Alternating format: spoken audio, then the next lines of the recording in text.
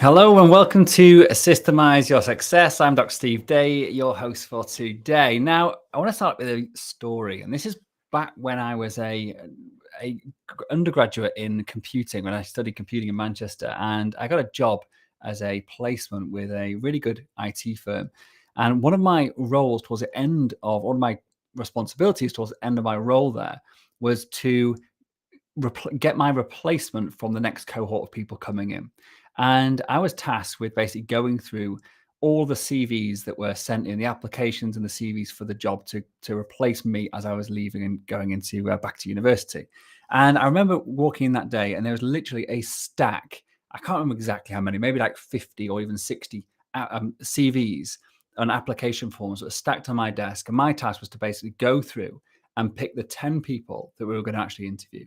And I remember just thinking, like, what am I doing for a start? Like, what qualifications do I have to do this? And like, how am I going to select from this completely random selection of information who is a good fit? And it was literally just like cherry picking out. I was just looking through. There was no way to compare one with the other. It was like apples and oranges. Like CVs are not written in a standardized format. And so trying to compare one with the other is impossible. And people make stuff up. People put stuff on there. They show their absolute best they possibly can be. Like their references may or may not be true. They may have stuff on there they sort of like maybe exaggerated a bit, or you know what it's like. If you ever apply for a job, you're always going to say what you think the employer wants you to say. I mean, in this day and age, you could even get AI to write the whole thing for you, be absolutely perfect, or get a copywriter. When I was in medical school, we used to get copywriters to write our applications when we're going for jobs, because that was how you got the interview. I mean, these are all the tricks that people play to try to get into the next round of your application process, whatever that is for your recruitment. And that example, that experience, I should say, sorry, that experience really taught me how what the fault is in typical recruitment. And the reason I want to cover this today is because this is the way that most small business owners are still recruiting today. There is a much, much better way of doing it, something that I have systemized the hell out of, as I do with everything that I use in my business on a recurring basis. It's a technique that I've personally used to hire over 160 or 70 virtual assistants for myself and my clients. And my clients have used it to hire hundreds and hundreds more with remarkable success. And I want to walk you through that today. And I'm going to actually continue next time with the second stage in this. Today, we're going to be talking about how to actually get that job posting out there and what to do to ensure you get the best chance of getting the best applicants.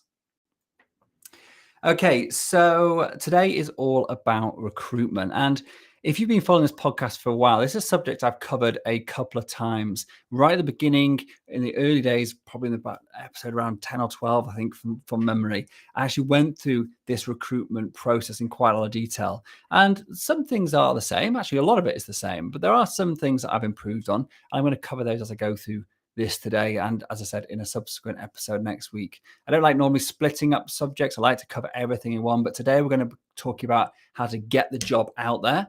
And the next time we're going to be talking about how to deal with the applicants coming in. So it is a nice divider for the two.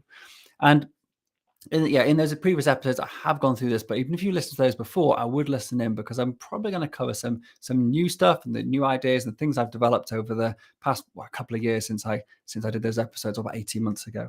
All right, so this is all based on my recruitment system. It used to be called Recruit Right, but I'm now rebranding it to Recruit on Value. And that's because recruiting on values is what this is all about. It's about getting people that share your values, that you believe are actually going to be a good fit for your organization. And we need a method to make sure that when you are getting applicants in, that they are the right kind of people that you want to work with, not just because of skills, but because of actually attitude and because of what they believe in and the way they're going to actually fit into your team and actually be a good, productive member of the community within your business. Because just having someone who's brilliant doesn't actually mean that they're going to actually be a great fit. And actually, going back to my example earlier of me doing the application process when I worked at that Sun Microsystems, that IT company, we actually had an absolutely incredible candidate. Like on paper, they were just the best you could imagine. And we just couldn't fault it. except there was no personality on it. It was just about their academic achievements and about their work placements and about their, all these things that you think, yeah, tick, tick, tick, tick in the box. But these people that I was hiring my replacement for, or the people I was working with, they had to work with this person day in, day out. And they actually asked me not to put that person forward, even though they ticked all the boxes. So recruitment is subjective. It needs to be, but it needs to be subjective in a way that's reproducible. And if you base your subjectivity around something like values, which can be quite concrete or should be quite concrete, then even that part of it can be systemized. And that's what I hope to discuss over this episode and the subsequent episode as well. So this process is a 5-stage process. And we start off with the attract stage. Then we're going to eliminate. Then we're going to test. Then we're going to select. And then we're going to hire. And today I'm going to really talk about just the attract stage. This is where we're going to create or craft a job posting and a process that allows you to attract the absolute best candidates, to let people self-select if they are not a good fit for your organization as early as possible so they don't waste time, but also to try to get as many people as possible that are potentially a good fit to apply. And when you've got a systemized approach to dealing with applicants, the more the merrier. Because if you're not having to sift through like I did back then and go like CV by CV and trying to remember what was on like 10 CVs ago and compare this and whatever, if you're not doing that, if you're doing this in a reproducible, objective way that you can delegate to someone else in your organization, an assistant or someone that works with you already, or you may have to do this yourself if it's the first person you're hiring. But if you're able to do that very quickly, and I say objectively, then actually you can sift through hundreds, if not thousands, of applications in the same amount of time it would take someone to go through a handful of CVs, and you'll get better, more consistent, and more reproducible results no matter who is doing it. So that's the objective, and that's what we're going to try and explain over the next. Well, I'm not going to try. I'm going to explain how to do that over this episode and the subsequent one. So one of the most important part is to really understand how this whole systemization process that I've been talking through, our 6R process, fits into this. And if you've been listening along for the past few episodes, if not, I encourage you to go back and listen in when I started going through the 6R process. We talked about something called the personal systemization plan and about really being very clear about what you and your key members of staff are doing right now. And this is super crucial when you're going to hire somebody new. Because what a lot of people do, and I've done in the past as well, and I've seen many of my clients do this, is they come up with an idea of what they want somebody to be doing, and then they go straight out to market to try and find someone to fit that role. But they sometimes forget to look internally and actually to look at your existing team and see what skill sets are actually in that team that are underutilized, or are people in roles which would actually be a better fit for this new role you're going to create, that you already know, like, and trust because they work with you, you've got a relationship with them, and they may be actually a better person to take on these new responsibilities and then actually delegate what they currently do down to this new person, and then the existing employee can manage that person, making your life a hell of a lot easier. Because you're managing someone doing new work, that's quite time consuming, quite challenging if you're a manager or a solopreneur, or if you're the business owner who's doing that management. And so we want to make that as easy as possible. So if you stay managing your existing person and your existing person manages the new person, that means you've only got the same amount of work, but you're going to get twice the work done. That's a key thought to think about, key trick to think about when you're trying to fill a new role. So going back to the personal systemization plan, this is where you basically get you and your key staff to write down everything you do each day and to quantify how long it is taking you over a typical week or a month or whatever. And then you can actually say, okay, well, if I offload X, Y, and Z tasks, then I'm going to save this amount of time. And this feeds into when you're hiring. Because when you've got a long list of tasks that need to be or could be delegated to this new person, and you know how long those take on a given day or week or month or whatever, you can start to actually get a feel for, do you need someone part-time? Do you need someone full-time? And if you don't quite have enough activities or tasks for them to do within the tasks that you've got on your personal systemization plan, you can then make a judgment about, is it actually right for me to hire someone full-time straight on? Because if you're just getting started with hiring, a big mistake you can make is to overpromise. So with anything you do in life, like always try to underpromise and overdeliver. People want work. So if you're going out to somewhere like the Philippines that I hire from, or from the UK or USA or wherever you might be based, then when you offer someone a job and you say, I'm going to give you 40 hours a week, but then if they're on a contract basis, or on an hourly rate, and you end up giving them 30 or 20 or 10 hours, then they can often get a little bit annoyed because they've provisioned that time to work for you, and then you don't give them what you say you will. And so that relationship can go off to a really bad start. And I've hold my hands up, I've done this myself, quite a few times in the early days, and with inevitably that didn't end well. Those people end up leaving because I wasn't really holding up my part of the bargain. I didn't, it wasn't my fault. I just didn't have work for them, and I overestimated how much work, because I hadn't done this little bit of prep work and thought planning before I just dived in and hired somebody, because I was so eager to get someone to help. So knowing how much time you're going to actually need this person for at a minimum is a good place to start, and you can always go up from there. And worst case scenario, you have to hire a second person if that person's not available. But much better to do it that way than to overpromise and under-deliver, like I said. And the other brilliant thing here is, I touched on this before, but when you're getting people to think about, okay, well, what tasks do I currently do right now that I could possibly delegate off? What this allows people to do is to think, what do I really want to do? Where my passions lie in this business? Where do I want to focus my energy to make the biggest impact and give you, the business owner, the biggest amount of value for the money you're paying me? It gives me opportunity to do that by freeing up time doing stuff which I may be not so fond of, and therefore probably drag my heels with, or I don't feel I'm very, it's not in my zone of genius. And so therefore it's taking me longer than it may take somebody else. And I'm probably not going to do as good a job as somebody else either. So it's a great opportunity for you to get more bang from your buck from your existing staff and elevate them to a position which in effect creates a manager out of them, which gives them more rewarding work. They're more motivated, they're getting promotion, and basically gets that person to stay in. Now, if you've already got a big business and you're hiring people already and you've got layers of management, then you may be used to these sorts of techniques. But think about this when you're actually trying to reduce your wage bill by hiring in virtual assistants to take over some of the work of your existing team, to be able to then save having to keep on expanding locally. You can actually utilize the lower cost of living in other countries. And this is a really, really savvy way to do it. So where you've now decided, like, what is it you're going to be giving somebody? Actually, one other point I'm going to cover on this is something we share with our clients called the know it, want it, hate it activity. And this is something we do with people when they come into the business, and we do it when we're going to do hiring as well, and periodically throughout people's journey or life, their new employee life journey, or employee journey, sorry. And so what this is a really simple exercise, and we're trying to identify what areas of work are people really passionate about. Where do they want to go? What are they doing right now they may not want to do? All those things I just described. And we just create a spreadsheet.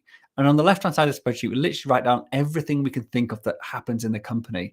Not like individual tasks, but like, graphic design, or, running Facebook ads, or writing copy, or creating automations, or doing back-end website stuff, or whatever it is. Like, think of everything you do: sales calls, invoicing, financing, spreadsheets, whatever you can think of, whatever you do in your business, whether it's dealing with clients or dealing with back-end software or doing general admin stuff. Like, create a list and then give it to each of your staff and get them to rate each of the activities or the areas. Where do they know it, as in, are they experienced in it? And that's worth knowing for you. Do they want it? Or do they actually hate it? Do they want it? Do they love it, or they hate it? And it gives you just an idea of, where are people actually sat in the best role for them? Or could we actually use this opportunity of bringing somebody in to make someone's role more enjoyable for them? So hopefully they're going to stick around for the long term or longer, and also be more valuable to us because they're doing work at a high level, because they're doing stuff they love. So those are all the tips about how we know or think about what we're actually going to create a role for. Because actually the role that we need, as I said before, the role that we need, the work we need doing, might not be actually the person we end up hiring if we move an internal person into the role that we need, but then create this void of we don't now have anybody to do that existing work that was done by our team, which we now reshuffled. So now we can actually look at what that is and create a role out of that. And that is what we typically do. We bring people in. It means also, because you're bringing people in at a lower level, hopefully those tasks have all been systemized and documented. If you follow along with this podcast for a while, hopefully you're getting onto that. If you do need help, you can always reach out, and that's what we do for work. But the idea is to systemize what you're doing. So therefore, when you do elevate people up, that other people can come in at a much lower entry point or much lower level of skill, because they don't need to bring knowledge and expertise with them, because it's locked into your systems, and it's the systems that train the people. So you're lowering the bar to entry, making it much easier to hire people, because you're not requiring a very high base level of expertise. That keeps the cost down as well. So you can have entry level people to come in, and your existing staff, you can promote them up. Obviously, they may have a pay rise, but it's probably going to be less than if you had to hire somebody directly in. And more importantly, as I said before, you're giving your existing team, who you know, like, and trust, a great opportunity to progress in their career and to have a role that's more rewarding for them. So that's one of the reasons we do it. So once you've now decided, okay, this is the role that I'm going to hire, we now need to attract the most number of the best possible candidates into this role, so we can actually start going through them and eliminating anyone that's not a good fit, and putting anyone that is a good fit to our next round. And I'm going to talk about those next rounds, as in the elimination round, the testing rounds, and the selection rounds, in the next episode. But for now, we're going to talk about the job posting. So the job posting is important. If you go onto any job posting site and you just type in, most typical one a lot of our clients hire is around like virtual assistants, and their typical roles like admin assistants or social media assistants or marketing assistants. Those sorts of roles are very common, and it doesn't matter what you're hiring for, a property manager, or if you're you want an account manager or a client success manager. Like, if you go onto job posting sites, whether it's onlinejobs.ph, like we use for our Filipino assistants, or Indeed or Upwork or whatever, and you have a look at the types of roles or types of jobs, that people post, most of them are really boring. And what you've got to realize is that people, like when you're going through Facebook and you're just basically flicking up on the Facebook feed or TikTok or whatever it is you're going through, then you need to be that post that grabs your attention. So think of your job posting as a sales funnel. And if you know anything about sales, you'll know what I'm talking about, but I'm going to walk you through it just in case you don't. And so the analogy is that when you're doing sales, you need to basically stop people in their tracks, grab their attention for enough time for them to read the headline of your advert. And the headline is the same, is the analogy of the headline is the title of your job post. It's what people are going to see when they're just scrolling through all the jobs that are available on the site. Make that stand out. And for example, we're literally just in the process of hiring somebody at the moment, and this is for a systems assistant, so it's what we call a systems implementer in my terminology, which is someone who's going to come in, help us with documentation, process mapping, building systems, building automation, app maintenance, that kind of role. And it's a whole role we hire quite frequently for ourselves and our clients, because it's the key role, I believe, that any business needs in order to get systemized without the business owner being totally overwhelmed by the process. You need to hire somebody and train them up to be your systems implementer. So that's the role we're hiring for. But I'm not hiring somebody who is a systems implementer. I'm hiring somebody who wants to be something like a systems implementer. They won't know what a systems implementer is. It's a phrase or terminology that I've made up. But so I'm not going to put that in the advert, but I'm going to, or the job post, but I'm going to talk about the type of role, and I'll go through this in a second. But the most important thing is this headline. And so the headline that we got this morning, which is and I'm going to tell you exactly what it is, so please don't go and use it right now if you're listening to this live, because we're just about to post on this. But a systems savvy assistant needed in a UK systems guru and podcaster business. Now, I don't like the word guru, my assistants who are in the Philippines said that actually they think that was quite a attractive title. So that's what we're going to go for. So it's a system savvy assistant. So it's a little bit more than just saying admin assistant or, a technical assistant or whatever. And it's UK. So where you're from, if you're from USA, Australia, UK, people from countries like the Philippines enjoy working for companies in those countries. So make a thing of it, put it in your title. I know that works because I've tested it, split tested it, and also that's what exactly my own staff told me to do, and that's how I hired them as well.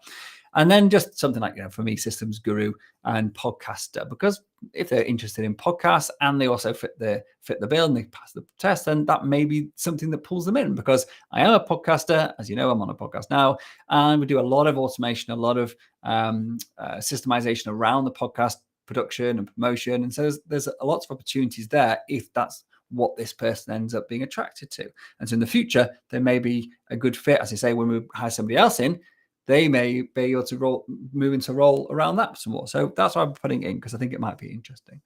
And so that title, that job post title, the only reason for that being there is not to tell them about the role. It's not to educate them. It's not to do anything more than to get them to click. That is the show-stopping title, or those things they do on the videos and they put their hands in front or something, when you're going through a feed to try to catch your attention. And they stop your attention. And that is all it's meant to be doing. The next thing they're going to see once they click that is your first paragraph. And for me, this is the most important paragraph. Like with an advert, the most important thing that you write on your web page is what comes above the fold, i.e. on the first page of the website. And it comes from the terminology of when you have papers or whatever, and the way they folded them, anything in that top half, I think it does anyway, anything in that top half, that is what you want to be utilizing as your prime prime real estate for your advert. And in this case, this is your job advert. And so that there needs to be something that's going to grab their attention. And we've split tested quite a few different things over the years. And the one that we seem to consistently get good people through is when in that initial paragraph, we talk about what's in it for them. So we don't kick off and talk about the role. We don't kick off and talk about what we need. We don't say that we're looking for this or that. We start off by telling them what they're going to get by working for us. Something like, when you start to work for us, you're going to feel appreciated and valued from day one. You're going to be welcomed into a group of friendly and helpful staff who are a dedicated team that love helping each other out to make sure that we get the work done to a high standard, but enjoy ourselves as we do it. That is the type of thing that people go, wow, never seen that before. And I know this because people have told me they were applied through our ads. I've never seen that before. That's what made me apply for this job. So that first paragraph, having something eye-catching like that, something different, something that breaks the mold, is exactly the same as any advert you're scrolling through on Facebook or Twitter or whatever it is, TikTok or whatever, Instagram. And so the purpose of that, again, is only one purpose: to get them to read on. That first paragraph needs to motivate them to read the rest of the ad. And you've got to be savvy with how you're displaying this ad as well. If you just have reams of text, big blocks of text of dense, heavy, too much information, they're going to lose interest. They're going to get bored of reading it or just skim read it anyway. So think about the formatting and the layout in the same way you would a web page or an advert. Make it easy for them to see the key pieces of information, whether that's bolded or caps or whatever you can get away with on the adverts. Often there's not a lot of room for being creative, but so you have to be therefore a bit more creative with how you get to capture attention and using characters and things just to pull the eyes to certain key facts. And this is no different from any other advert you may ever put in. So that first paragraph, we talk about support, we talk about opportunities, we talk about promotion, we talk about the team, we talk about how they're going to feel, what's it going to be for like them, the lifestyle, things that really think, this company actually cares about me. This company isn't just about what's in it for them, but they're actually thinking primarily about making sure that their staff are respected and valued. And talking about values, that's exactly what comes next. So values is the next thing we put in our job adverts. So our company values they're written in stone. We talk about them weekly during our meetings. We hire on our values. We fire on our values. And therefore, we show the people what our values are. It's not hidden. It's not trying to be guesswork. We want people to self-select, self-identify. Yes, they agree with our values. Yes, they think, oh, wow, I really like that. I like that one, about teamwork, or I like that one about, trust, or, I really like that one about systems. And our values all are based around these things. And so if people look at that and one of them or two or three resonate with them, then that's going to, again, compel them to continue. But if one of them like, oh, you know what, I'm not really into systems. I'm more of a visionary creative sort of person. I don't really like getting into the detail and all that. I don't want to work with them because I won't get on with them in this role. There may be a role for them in different circumstances, different situation. That's another kettle of fish. But for this type of role, that particular thing would be important. So your values, you need to stand by them. And so stick them out there. Make sure they at least hopefully read them. And sometimes you'll find they actually even tell you about the values throughout the job, throughout the application process. And those are the kind of people that really stand out. So when we get to the interviews and they're talking about what attracted you to the job, it was your values. I love the fact you published it. I love the fact that X, Y, and Z of the values. It's just really, really resonated with me. Bang, they just got a big tick in the box. And so that's where it starts. Okay, so we started off with a compelling first paragraph that really inspires that person to want to continue reading. The second thing is their values. So we're now making them self-select that in or that out based on our values. Next, we're going to talk about our mission statement, a short, punchy, two-liner mission statement. Why do we exist as a business? What is the thing that we're trying to change in the world? And if you can make it into something that actually resonates with the type of people you want to work with, if that's what your mission is about, then that can actually obviously be a driver for them coming to work with you. For example, the end of our mission statement is about creating making 10,000 businesses succeed in a world where most fail. In doing so, create 100,000 lasting, meaningful careers for people that truly deserve them.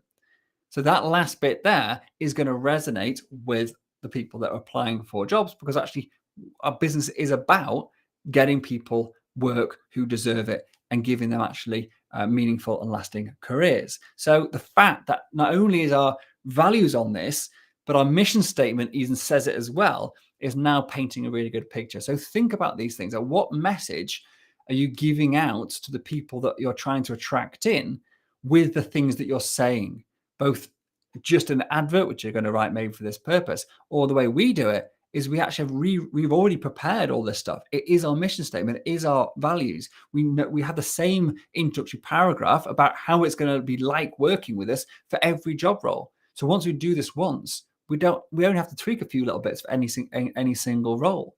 But the majority of it is actually written in the process of just building a good company and having these things in place for your existing team as well. So after that, then we do start talking about the role and the value of that role as well. So what the role is, what the value of that role is to the company. Again, making the person feel valued, making them feel that this job is meaningful, making them feel like they're actually going to be appreciated for the work they're going to be doing. And even if it's, in inverted commas, a really low level assistant type, admin assistant type role, they're still crucial, because without them, the business owner would be doing that, or someone else would be doing that, which would be holding the company back. So without them, the company will not grow. And so they are as valuable in many ways as anybody else in the company, because they're just doing work. They're taking time away, time-consuming tasks away from other people so they can crack on. So there's ways to craft any role to be incredibly valuable and meaningful for your business, because it is. Otherwise, you wouldn't be hiring them. So just think about it and make sure that is explicit in the advert, again, to make them realize this role is going to be valued by you and your business. And lastly, there's a link to apply. We never take applications by a CV for all the reasons I mentioned at the beginning. We never look at CVs, in fact, until the very end of the process, when we've done all the elimination we can objectively, all of the selection down to the last 2-3 maximum. Would we ever consider looking at a CV? Maybe looking at references, but also just to have a look. Are there any red flags? is there anything on that CV which contradicts what they've actually said throughout the process to make you think maybe they're actually just making stuff up? Or, does it actually all line up? But actually what's on the CV by that point is pretty irrelevant. We've done our homework by then. And I'm going to talk about that, as I said, next time, how we do that homework and how we make it very objective. But we do have a little look just before we actually take them on for those reasons I've just mentioned. Now, the link to apply I'm going to cover in a second, but if I just give a summary of the entire purpose of your job advert. So you've got the headline. Only objective of the headline is to get them to click. The objective of the first paragraph is to get them to read the rest of it. The objective of the second paragraph is to get to qualify themselves in or out of your business. The next paragraph is about your mission.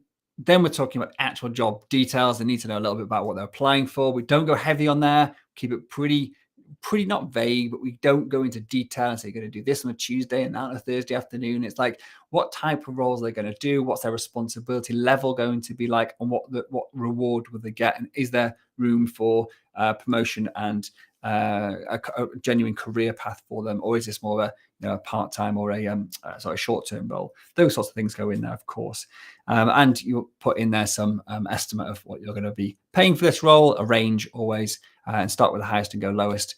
Good sales tactic as well. And then all of that, the entire purpose of all of that is to get them to click the link and to motivate them to go through your entire recruitment process. If you were Google and I was a tech geek, which I am, if I was applying for a job at Google, if I wasn't an entrepreneur, if I was applying for a job at Google, I wouldn't need to be motivated by an impressive job advert which did all this stuff, because I just want to work for Google. And so if Google tell me to do 55 different steps and, cross the I's and dot the T's and whatever, I'm going to do it because I really, really want that job. But you're not Google. I'm not Google. Nobody knows who I am when I put my job adverts out there. Nobody's going, oh, wow, look, Steve Day is just asking for, someone I know, Steve. Like, there's millions of people out there. In the Philippines, there's like 2 million people on onlinejobs.ph when I last spoke to John about it. And there's no way that they know who we are over on the other side of the world. So I've got to try and sell myself, sell my business in this. This is the only opportunity I get, because I'm now going to put them through a pretty rigorous recruitment process, an application process with multiple stages. And if they drop out, I'm never going to know if they're any good.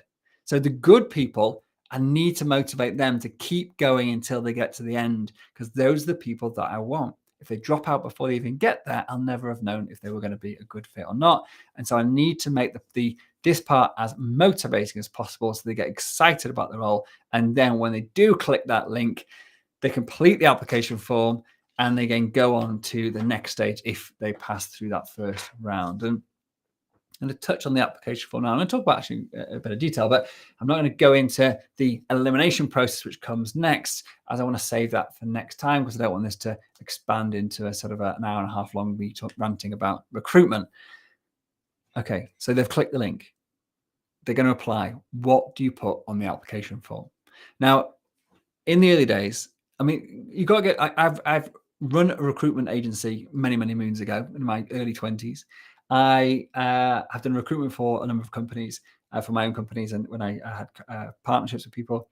And then I came into the world of hiring virtual assistants. And until I started hiring virtual assistants on a regular basis, because I kept on losing them because didn't know what I was doing, I'd never really thought about this, about how am I going through this process. That was when I made the realization about, like, if CVs are bad, then so are long-winded application forms.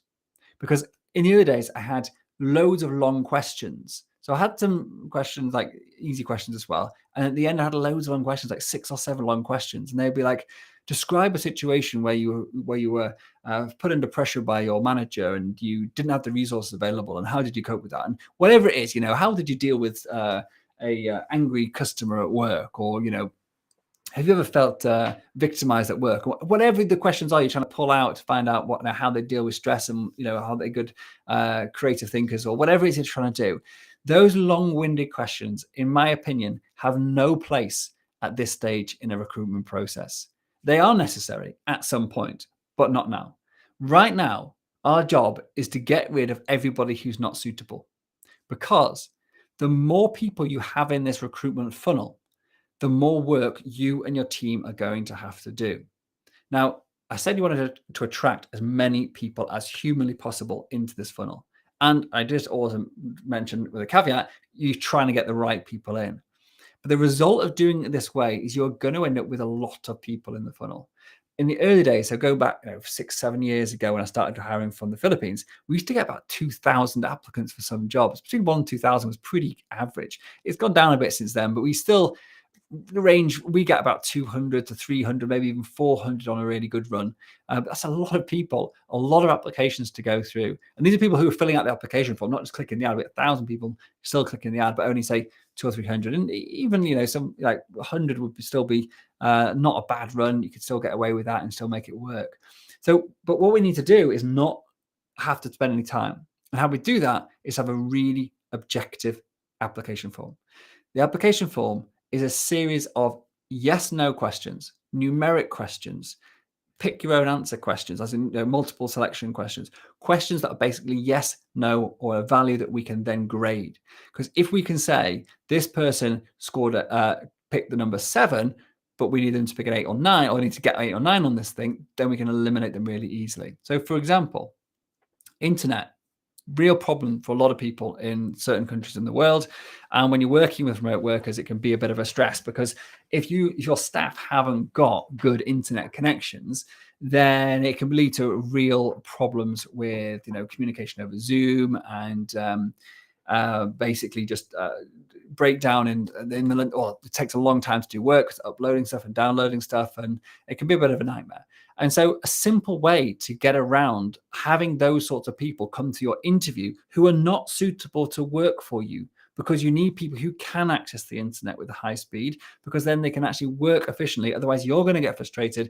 They're going to feel that they're letting you down, and it's going to end up breaking down or causing conflicts. So it's important to get this out right at the beginning. So we ask them to do a speed test on their computer, simple free speed test, and take a screenshot of it. Paste the screenshot in as evidence in inverted commas of, we can get the IP address, which we cross-reference later as well. But the screenshot shows us the upload and download speeds, and then we just get them to type in the value into the box, so we can use that with a bit of your tech to actually eliminate them either automatically, or you can stick into spreadsheet and eliminate them manually just by looking at anyone who's like below 20 megabits per second download, or 100 megabits upload, or whatever, 100 megabits download, 20 megabits upload, that sort of figure. That's a really good internet connection for many people in the Philippines. And then you can just basically eliminate anyone who doesn't meet that minimum criteria. And that's the way you've got to think about it. Whether it's, how far do you work from home? Yes, no. Do you have another job? Yes, no. How many hours are you available? 40, 30, 20, 10.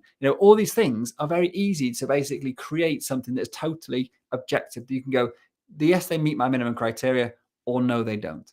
So this stage, this application form, when you craft it, you've got to think of what are all the things that could possibly put me off this person applying, and how can I create a simple, quick question that can be graded objectively by anyone without my involvement. And that's a good question.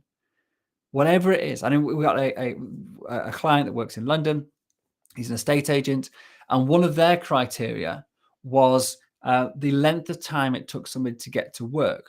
And if they took longer, I can't remember exactly, maybe it's 30 minutes or 40 minutes. If their journey time was more than 40 minutes, let's say, then they used to reject them outright. And I actually had a conversation about him, and that actually just flagged a red flag, because what I suggested was, in that case, just check they're not about to move if they get the job. Or they're actually really happy to do that because their wife works down the road and they whatever. Make sure in that example that you are just double checking something. So that's why the questions have to be thought about, because you can actually eliminate people that may be a good fit because you haven't asked the right question in the right way. So be careful with your questions when you're asking them, but just think about what are all the criteria that would really make me not want to take somebody on. And that's what goes in. And you're not going to get this 100% right first time. It took me years to create the application form that we now use and we now have in our recruitment system. And by the way, if you want to get access to our Recruit Right framework, then if you're watching this on video, there's a QR code, there's a URL on the screen. If you're watching and listening to the podcast, the link is in the show notes, but it's also bit.ly/SYS-10, all lowercase, bit.ly/SYS-10. And that's our Recruit Right framework. So you can get that, it's free, and that gives you the structure of what I'm talking about. And alongside this video as well, you can have massive amounts of detail to be able to actually go through that. And obviously, if you want more detail and want to get our entire recruitment system, because everything that I'm talking about in great detail, every spreadsheet, every template, every email, every test task, everything we do, then obviously you can just reach out. But I'm not here to pitch that now, but it was a little cheeky pitch. Anyway, where was I up to? So where was I up to? Elimination, yes. So getting these questions right does take a little bit of iteration. So you're not going to get it right first time. Don't be hard on yourself. You're going to get some questions come back in, and I'll tell you my nightmares in a minute.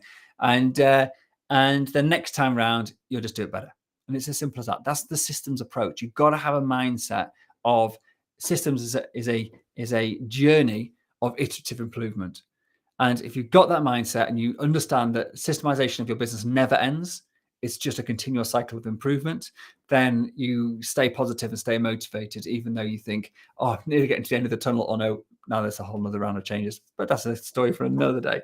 For now, we're going to talk about application forms. So yeah, so one of the mistakes I made, I touched on this before, was having too long questions and asking those questions of, give me a scenario where X, Y, and Z happened. The problem is that when you get those back, somebody's got to read them. You've got to assess them for English language, grammar. Does it make sense? Have they answered the question? Is it a good answer? Like, that's the tricky one. Those other ones, we can actually use apps to do all that. Maybe now AI is coming in, we can probably get it to give a good look at, is that a good answer? Does it answer the question and grade it? And you could probably teach an AI to do it. So you probably could actually do that now. But I don't think it's a good use of anyone's time. If you're really into AI and APIs and you can do all that sort of stuff, then great. Good luck to you. I'm sure that would be absolutely fantastic. And actually, I probably will do something like that in the future. But it's not necessary, because the objective here is to eliminate people that don't meet your minimum criteria. At this stage, what I really care about is, have they got a good grasp of English written language? If they have, they've got great grammar, they've got great punctuation, great spelling, good sentence structure. I'm confident that at least they've taken the time to think about it, or even they've used ChatGPT to write it, but at least they've done that, because that's actually an aid to them being brilliant at their job. If I'm not requiring them to speak to clients, then maybe their English written language, or not getting them to write copyright or whatever, maybe their English written language isn't as important. So if they've used ChatGPT to their advantage, then great, they've got through that round using technology. That doesn't bother me. It'll come up in the next round when we actually eliminate them based on their spoken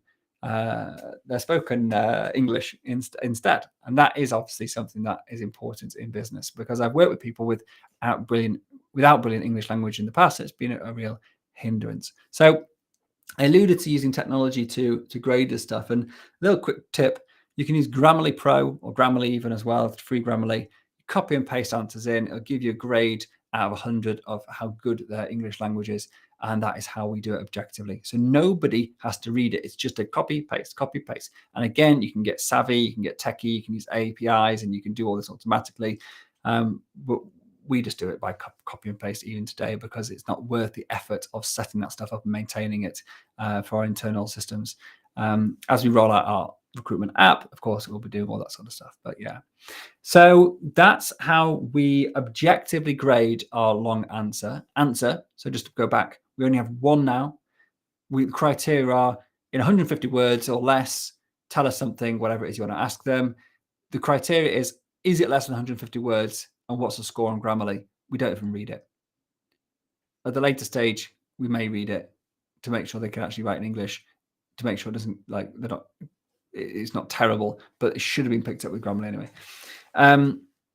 So the last part of this is another link. So the last question on this is for them to submit a video. And there's two ways you can do this. You can do this part of this same application process, same application form, and you're going to ask them to record a short video answering your initial interview questions. So rather than booking in a time, half an hour and wasting your time and showing up the first 5 minutes, like, oh my God, this person's awful, having to sit there and be polite, nodding and all the rest of it, and then get rid of them as soon as you can, get around all that. Get them to record a video, send it in to you, ask them some questions. Say, right, can you answer these questions on video in 5 minutes or less? They send you the video back.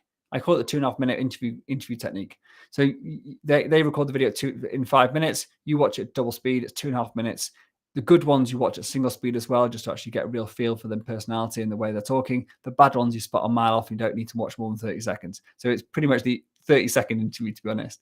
And what that allows you to do is then to actually assess not only the English language, but their way they present themselves, their confidence, what their background's like. Is there background noise? Does it look professional? Are they just turned up for work like they're going to go to work, or are they sat there like I've had before, in a vest and sitting there like looking all cool? This is meant to be a job interview. I'm not here to make mates with people and go to the beach. So you see a lot, and it's quite incredible the what people think is an okay way to show up for an interview for a company. And so that's just saved you half an hour, because they may have come out brilliant on everything and you get into interview and they're rubbish. So never, ever, ever avoid that. No matter what the role is, get them to, at the very least, get them to do a voice. But like video just tells you a million things more. So I would 100% go. I would never, if I was hiring from for any sort of admin computer-based role, it would always be on video, because they're going to be on Zoom with me every week. So I'm not, or every day pretty much, with one of my team. So they're going to be on camera. If they're not comfortable with it, I don't want to work with them, because they're not going to fit into the team. So this is a good way, again, eliminating people. So I said there's two ways to do it. You can either have that video on the application form and ask them to upload or to paste a link to the video as a question, or you get those questions in, you eliminate them out, and then you shortlist them down to the next stage and then ask them for the video. That you'll get a better adherence rate, because you're asking them to do a lot up front otherwise. Whereas if you get them through to the next round, you congratulate them, and then you have the next video, they're more motivated to complete that one. It's all about, every step is about motivating to complete the next step. That's all you've got to think about. And that is how you create a recruitment funnel to be able to attract as many people as possible, to eliminate those as quickly as possible and get them through your rounds. And next time, I'll continue where we left off here and go into the rest of the elimination process and how we actually build out tasks and how we run our interviews and some other fun stuff besides. But today I'm going to call that a rest, because my voice is getting hoarse, and that's it. There you go. Hope that was helpful. If it was helpful, do please leave me a comment. Remember, you can get the Recruit Right framework by going to bit.ly/SYS-10, SYS-10. So systemize your success -10, SYS. And I've just realized I've got a ticker on the bottom of my screen the entire time, if you're watching this on YouTube, that said, we're just about to start. I forgot to turn it off, but there you go. So very, very unprofessional of me. So that's it. If you love this episode, if you thought it was great, if you thought it was okay, or just average or bad, just leave us a review. Let us know. Give us some stars. I love stars. Great. And please do leave us a rating on your favorite podcast app. Leave us a comment on Facebook or LinkedIn or whatever you happen to be watching this on. I pick up as many of the comments as I can find. I try and respond. It won't be me that actually responds, but it will come through me, as one of my team will pick it up, put it in front of me, and I will then let them know what I think and what I want to say. So there you go. That's how I work. Great to see you today. Well, I can't see you, but great to have you on the show or listen to the show. I think I'm losing the plot. Have a fantastic day, rest of your week, and take care. I'll see you next time.